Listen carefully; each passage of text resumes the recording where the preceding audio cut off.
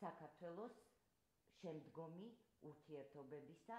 მიუხედავად იმისა, რომ სააკაშვილის გაუაზრებელი ქმედებების შემდეგ კიდევ უფრო დიდი გაუაზრებელი ქმედება დახვდა რუსეთის მხრიდან და საშინელი აგრესია გამოამჟღავნა რუსეთმა აგვისტოს მოვლენების დროს და პრაქტიკულად საქართველოს ტერიტორიის 20% ოკუპირებულია დღეს. მიუხედავად ამისა, ჩვენ ვერ გავექცევით და იძულებული ვიქნებით დავიწყოთ დალაგება რუსეთთან და რაშიც მე დიდი იმედი მაქვს, რომ შესატყვის პოზიციას დაიჭერს ამერიკა და ევროპა.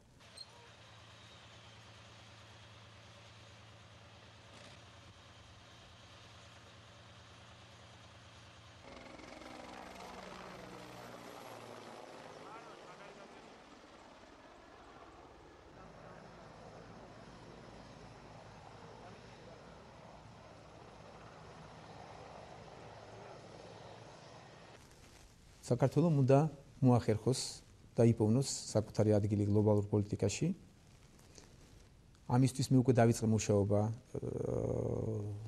საქართველოში არსებულ ექსპერტთა ჯგუფებთან, არა მარტო უსაფრთხოების საკითხში, მთლიანად საქართველოს მომავალი განვითარების სტრატეგიის ჩამოყალიბებაში და მათთან ერთად მე მივახცევ მოვძებნოთ ოპტიმალური გზა საქართველოს განვითარების მათ რიცხვში გლობალურ პოლიტიკაში, ისევე როგორც შიდა პოლიტიკის და ეკონომიკის განვითარებაში.